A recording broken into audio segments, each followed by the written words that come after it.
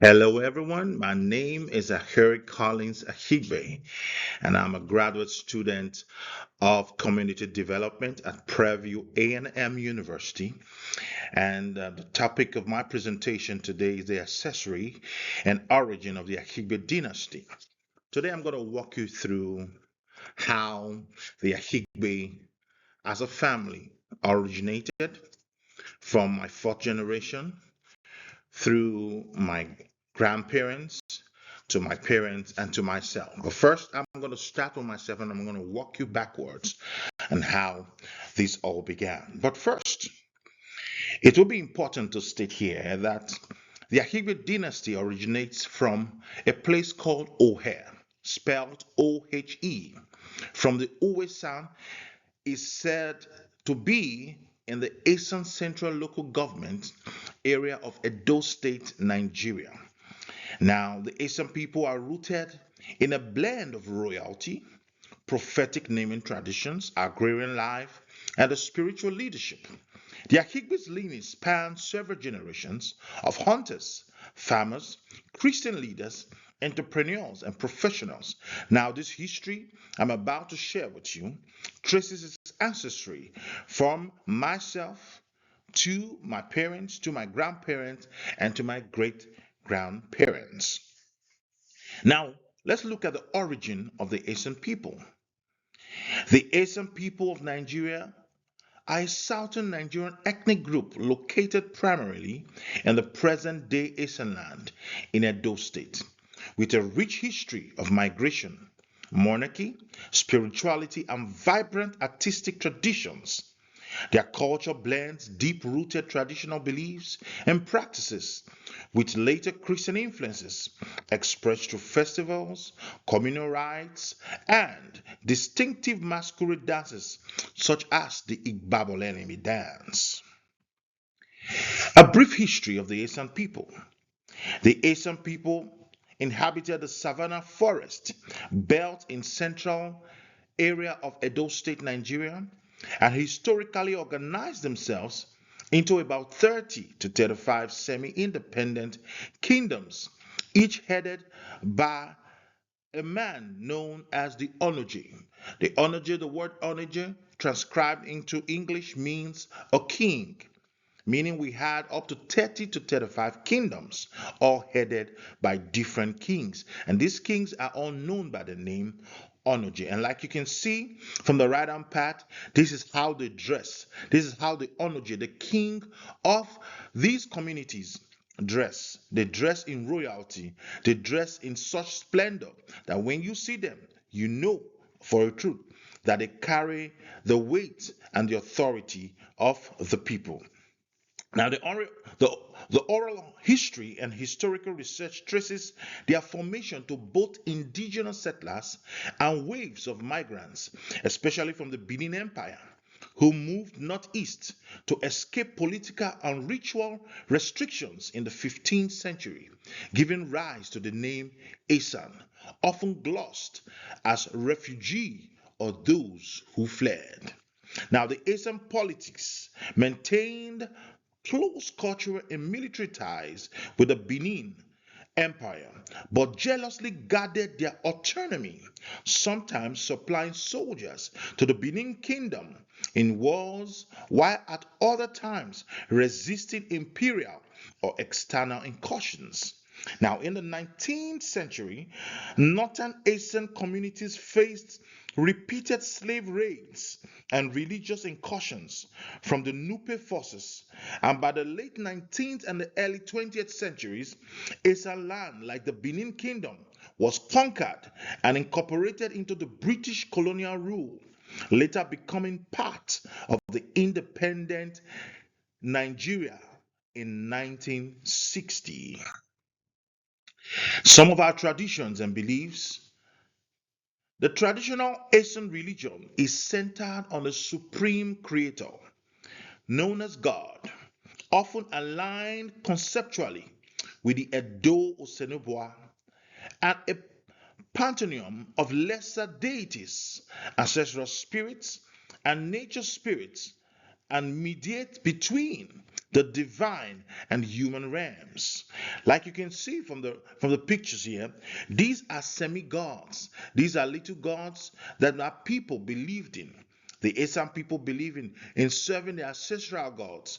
These are what we call traditional beliefs of our people, believing that through this mediation they will be able to access God. However, in the midst of all this, Christianity came in a way after the colonial raid came and they conquered the Asian land and took over. That is when we started having white preachers coming to the Asian land to teach and bring the gospel of Christ. And gradually our people started accepting the gospel. Until date, we still have a mixture of both Christianity and of course those who also believe in deity practice, and it's still there up till this very day. Now, some of our cultural practices and our social life.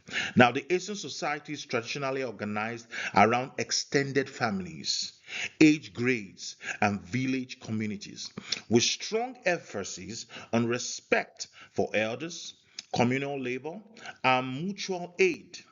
Now, farming, especially yam cultivation, hunting, and later trade, traditional medicine, and welfare for has long been associated with the Asian identity.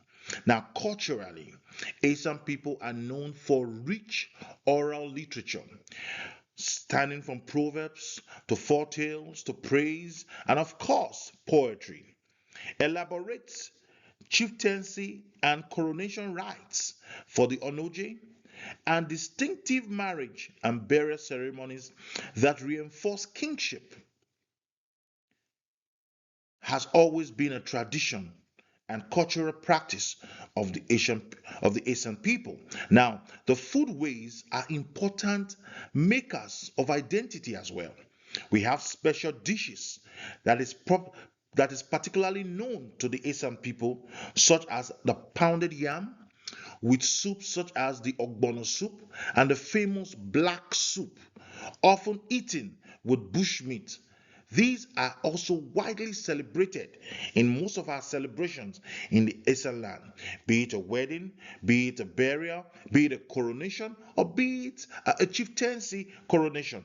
In any kind of celebration that we usually have these Asian delicacies well prepared and served to the people who come to join in such kind of celebration. Let's take a look at our festival and ceremonial observances. Now, Asian traditional festivals reflect the agricultural cycle, ancestral remembrance, and of course, our community renewal. Now, one of the most important sets of observance is the New Yam Festival. Like you can see from the picture to the right, you see that our people would always gather towards the end of every year. Right about now in December, they will gather at a time to celebrate what we call the New Yam Festival, meaning the first time the yam that was planted over 6 months ago will be harvested from the ground. That first set of yam is what we call the New Yam Festival. Once it is harvested, it is then celebrated widely as a ceremony. Most times, the Asian people will wear white regalias, white clothes, representing joy, representing peace, representing a form of celebration. And that is why we call it the New Yam Festival, where people come and celebrate farmers. Families will come together to say, hey, our plants that we planted months ago, we have harvested it and they came out well. And they are coming to celebrate with themselves and, of course, to appreciate the deities, the gods as at then. It has been a tradition from the 15th century, which they passed on to the 16th, the 17th, and up till date and up till today, it is still being practiced and celebrated that we, as the Asian people, will celebrate whenever our produce that we go to the farms to do is produces well and the whole agricultural season comes out fantastic. They come out to celebrate the New Yam Festival. And this is just a typical example of one of the very many festivals that we celebrate in terms of our ceremonies. Now, Another part of the Asian people is what we call the Igbobalelemi dance. This dance is called the masquerade dance. Like you can see these guys, the picture by your side, you see this is the traditional wear of the masquerade. Whenever you see this particular color and style of dress covered from head to toe, it is called the Igbobalelemi masquerade dance. This is how they look. Yes, the Igbobalelemi is one of the most iconic and visually striking traditional dances of the Asian people. It is performed by masquerades representing powerful spirits, beings. Now, the term is often associated with an acrobatic masquerade troupe in which masked performers, seen as embodiments of spirits, execute complex flips, somersaults, and rhythmic movements to the entertainment of drums, songs, and the persuasive instruments of the hands. And then you see these guys do a whole lot of flips in the air for a very long time. It is not normal for a human being to do that. That is why they associate it with the spirits, that they are guided by spirits to do this kind of flips in the air for over 2 hours, flipping and turning and running and dancing to the sounds of music, to the sounds of beats, to the sounds of hand clapping. And of course, the people will gather in the market square just to celebrate what we call the Igbobalelemi masquerade dance. It is actually called the dance of the spirit, and it also has some fetish spirituality to it. And so most times those who have embraced Christianity tend to shy away from it because they believe that it is actually possessed by demons and of course by spirits that are unclean.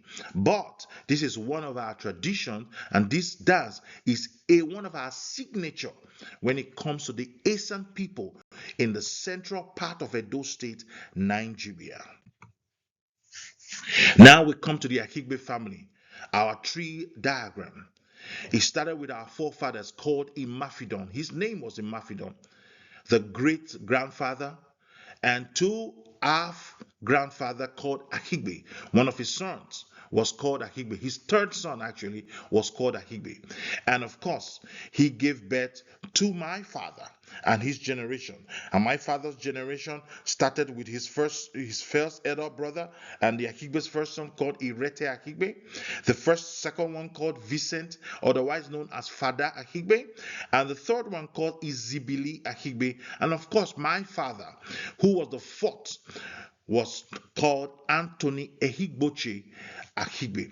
And of course, he got married to my mom, Eunice AKHIGBE. And together, they had 6 children in all. However, my father had 2 kids prior to this particular marriage. And so, making it a total of 8 in children my father had. And the first name was David, followed by the second Joy, followed by the third Louis, followed by the fourth Kingsley, followed by the fifth Mary, followed by the sixth Peter, and of course I and my twin sister Odion and AKHERE. We were twins and we were the last of the children that they had, making it 8 children my father and my mother had together. And of course, my father's genealogy also continues because after him, he also had a younger brother called Omo AKHIGBE. And of course, the last of them was also called Stephen AKHIGBE. Now, the roots of the AKHIGBE dynasty, like I said earlier in this video, we're going to trace it from me backwards to my grandfather. And this is my story. My name, like I said earlier, is AKHERE Collins AKHIGBE. I was born on the 7th of May 1981 into the family of Anthony and Eunice AKHIGBE, who hails from the Eastern Central Local Government area of Edo State, a region known for its rich cultural traditions and strong communal values. As the youngest of the 8 children, I grew up in a large, close-knit family under the guidance and example of my father, Elder Anthony Ehigboche AKHIGBE, whose life spanned from 1931 through 2001. I am a native of Nigeria, tracing my ancestral origins entirely to the Eastern Central Local Government area of Edo State in the West African country of Nigeria, rooted in the rich cultural heritage, language, and traditions of the Eastern people. My lineage reflects a continuous connection to our ancestral land, communal values, and a long-standing family history. I am 100% Nigerian, and distinctively Asian identity provides a strong foundation for my understanding of my person, my heritage, my kinship, and of course, my network. And of course, this is an enduring legacy for the AKHIGBE family within the Edo state. Now, I have no doubt about my ancestral origin. I am sure that I am 101% Asian through and through. However, I have sent in for my ancestral check through 23andMe, and I'm hoping it's going to come back and it's going to be positive that I am 100% Nigerian. My educational background. I went to a Moton Primary and Nursery School in Edo State, Nigeria. And after I finished my nursery and my primary school, I transited to the secondary school, the junior secondary school at Word of Faith Group of Schools in Benin. And I also went to the senior secondary school at the same school where I graduated and finished my secondary education, and then moved in to my university education where I gained my first admission into the University of Benin to read and study economics and statistics. I graduated 4 years after with double honors from the Department of Economics and Statistics, and after which I had to do what we call the compulsory National Youth Service Corps, which is a compulsory service to the nation of Nigeria. That is a must for you to do before you can get into the labor world to start working, and that I did for good 1 year before I got into my job. After that, today, as at present, I am presently at Prairie View A&M University here in the United States of America, where I'm doing my master's in community development, and that has been my educational structure all this while. Now, my career path, and like I said, after my NYSC service to the nation, I started working with VGC's communications. It was a telecommunication industry. I worked there for about a year before I moved into Econet Nigeria, known today as Airtel Nigeria. I worked there from between 2005 to 2007. I was in the telecommunication industry, and after that I got into the banking industry, where I started my banking career with Skybank PLC. It is now known today as Polaris Bank Nigeria Limited, and I worked there for 15 solid years as a banker. And after that, I retired in 2001 and went into business solely. However, prior to that time, in 2014, I floated a company called Castle Pines Construction and Development Company. It was a company that was saddled with the responsibility of developing new estates, construction of roads, drainages, and of course, buildings for commercial sales. This I did from that time till till I retired in 2021, and then faced fully business. And having faced some challenges in business, I felt the need for me to equip myself and develop myself more. Hence, I had to take my master's in community development here in the United States, just to add more to what I'm doing, so that I can be grounded and become an authority in developing and pushing my career forward. Also, the community development professional is who I am aspiring to become, and of course, to become an urban redevelopment advocate. My family, I got married on the 18th of September 2009, traditionally, to my wife, Sarah Wolu Akigbe. And then we got married to, did our legal wedding the following day, which was on the 19th of September 2009. The name of my wife, like I said, is Sarah Wolu Akigbe, and we are blessed with two twin girls called Sarita Odion AKHIGBE and Serena AKHERE AKHIGBE. Now, the date of birth for my children is on the 23rd of April 2015, and the place of birth was here in Houston, and they're both Americans. And this is just the little story of my family. Now we go to my father, Anthony Ehigboche AKHIGBE. He lived between 1931 to 2001. That is brief biography. Now, Anthony Ehigboche AKHIGBE was a pioneering Nigerian professional, entrepreneur, and Christian leader whose life journey spanned the era from late colonial Nigeria into the dawn of the 21st century.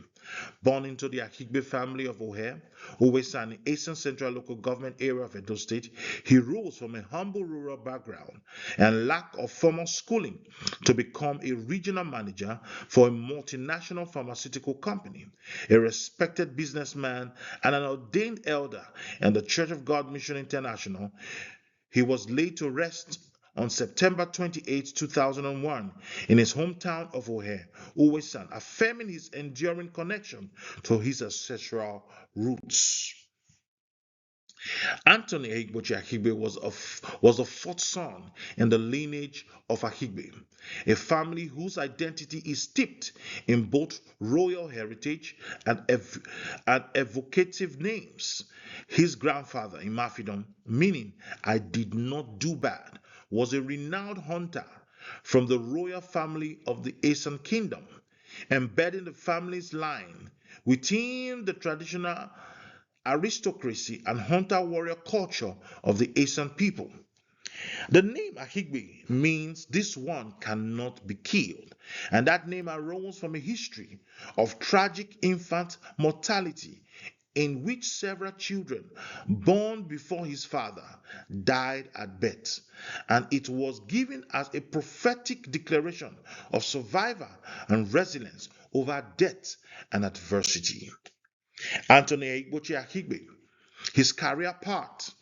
He joined Pfizer Pharmaceutical in the late 1950s. He rose to the position of the Eastern Regional Manager in 1962. He resigned from Pfizer in the early 1970s and then returned to Benin City as an entrepreneur. His marital life and children. Like many men in his generations and cultural context, Anthony's marital life reflected the norms of the mid 20th century Nigeria, where polygamy was widely practiced. He had three wives at different points in his life. Over time, he divorced two of them and remained with his wife, Eunice AKHIGBE, until his death. Together, Anthony and Eunice had six children, three sons and three daughters, forming the core of his immediate nuclear family in his later life.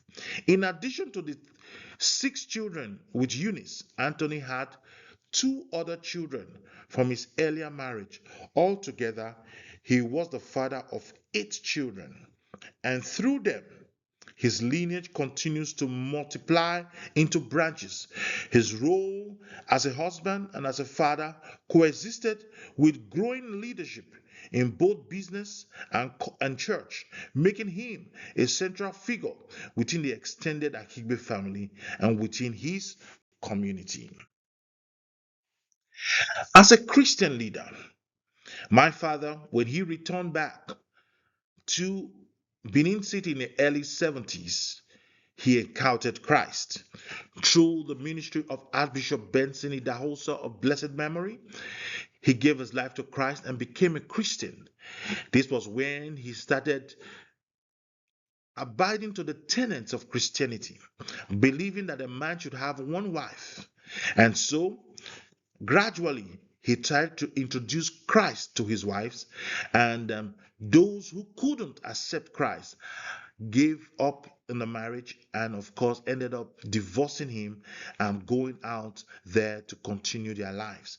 However, he remained with his wife, like I told you earlier, and both of them continuously grew their Christian faith together until he was opportune with the late Archbishop Benson Idahosa to come to the United States to meet with Full Gospel Businessmen Fellowship International, where he discussed with them to bring that fellowship to Nigeria. Now, his role in the Full Gospel Businessmen Fellowship of Nigeria, in addition to his leadership role in Church of God Mission International, Anthony was involved in one of the key lay-led Christian movements of his time, the Full Gospel Businessmen Fellowship International. He was part of the team alongside the late Archbishop Benson Idahosa, like I said earlier, and others that helped to bring the Full Gospel Businessmen Fellowship to Nigeria. The fellowship focused on mobilizing Christian businessmen and professionals to integrate faith with marketplace influence and to use their professional platforms as avenues for Christian witnessing. My father happened to be one of the first founding presidents of Full Gospel Businessmen Fellowship in the early 80s, where he held that position for a while. I still remember he used to have a car then, a Toyota Land Cruiser Jeep that had a plate number called Full Gospel Businessmen Fellowship FGBN1. That used to be his plate number. Unfortunately, I couldn't find those pictures up to now, but he used to be the president. From these pictures, you can see different occasions where he anchored and, of course, invited guest speakers all around the world just to come share in their yearly conventions. And as the president then, he would call them together and have a beautiful convention with the members of the Full Gospel Businessmen Fellowship in Nigeria. And this happened for over 5 years before he stepped down as the president and handed over to the next person. The legacy and lifetime of Anthony AKHERE embodies the story of a man who rose from rural Asian roots and lack of formal schooling to positions of corporate authority, entrepreneurial independence, and spiritual leadership. Born on July 27, 1931, he lived through the late colonial period, independence, and decades of Nigerian formative post-independence history. He died on September 2nd, 2001, and was buried on September 28, 2001, in his hometown of AKHERE, in Eastern Central Local Government Area of Edo State, Nigeria, returning home in death to the land that had shaped his earliest years. The origin of the patriarchal founder of the AKHIGBE dynasty, my grandfather and my great-grandfather. Now, Mr. Imafidon, the patriarchal founder of the AKHIGBE dynasty in AKHERE Community Asian Land Local Government Area of Edo State, was a man esteemed for his integrity, wisdom, and moral uprightness. His name, Imafidon, meaning I did not do bad, symbolized a life guided by fairness and compassion. As one of the early settlers in AKHERE, he made a significant contribution to the consolidation of the community's social and spiritual structure. He possessed vast farmlands spanning over 2,000 hectares from Uhenua to AKHERE, which became the foundation of the AKHIGBE's enduring prosperity. In accordance with the Asian custom, where inheritance followed the male line, Mr. Imafidon's legacy and lands were entrusted to his first son. The origin of the AKHIGBE family. Now, AKHIGBE, Imafidon's eldest son, inherited not only his father's wealth, but also his reputation for courage and divine favor. His name, meaning, though this one shall not be killed, commemorated his miraculous survival after several siblings had died in infancy, a sign interpreted as evidence of divine protection. AKHIGBE grew into a strong and principled leader, guiding his family through a time of both social change and European influence. He's upheld Asian traditions such as the worship of Amasin, the ancestral deity, while also encouraging adaptation to new religious ideas as Christianity spread through the region. As the patriarch of the next generation, AKHIGBE fathered several sons who continued the family's prominence. Among them, Anthony AKHIGBE, whose life bridged the traditional and modern eras of AKHERE. Through AKHIGBE's foresight and dedication, the AKHIGBE's lineage maintained its respect, unity, and spiritual grounding, ensuring that the values of honesty, survival, and divine favor maintain core to the family's heritage. Now, this is a map of the lands of AKHERE. To the left-hand side of your screen, you will see the Eastern Central Local Government area of Edo State. This is how the map looks like, and this is where we hail from. And to the right-hand side is um, uh, a Google picture of our very home heritage land and house right in AKHERE. And you can see it there. And these whole buildings you see around here all belongs to the AKHIGBE dynasty, from different brothers and sisters from our patriarch, the AKHIGBE. We all own all of these properties around here, and each has its own compound fenced to themselves. And this is how our land records look like. However, like it is in our custom and tradition, for the Asian people, every land belonging to the patriarch or the father is always entrusted into the hand of the first son. Whether the son is the firstborn or is the lastborn is immaterial. But the first son of every member of the Asian tradition must inherit all the properties of his father. This was the case of my patriarch, of our patriarch and our great grandfather. And his first son's name was Irete. And so all his properties, landed documents spanning over 2,000 hectares, were all ceded to the first son called Mr. Sunday Irete. He inherited everything. And so every other child is made to fend for themselves and find their own path according to our custom and tradition. And because of that, our first son from my mother's side is Louis AKHIGBE, because our first son from my father is David AKHIGBE, but when he got married to my mom's first son is Louis AKHIGBE, and Louis AKHIGBE's property becomes our own parental heritage. And that is why the documents you see here is the C of O of his landed properties, and of course his deed of conveyance conveying those lands to him. And this is what we refer to as own family property. And these are also other parts of other documents, showing the documents of his landed properties, all entrusted to his care. In conclusion, the presentation portrays the AKHIGBE's dynasty as a story of resilience, faith, and responsible stewardship of land, name, and legacy across generations. From the Mafidon's farmlands and prophetic names, through Anthony's corporate entrepreneur and Christian leadership, to AKHERE's global education and community development work, each generation builds on the last while remaining rooted in Asian culture and ancestral land. The closing message is that the AKHIGBE's family's heritage, symbolized by their land, their message, their first son, inheritance customs, and their enduring faith, is not just history, but a living mandate for current and future generations to preserve, develop, and to honor. Thank you, and God bless you.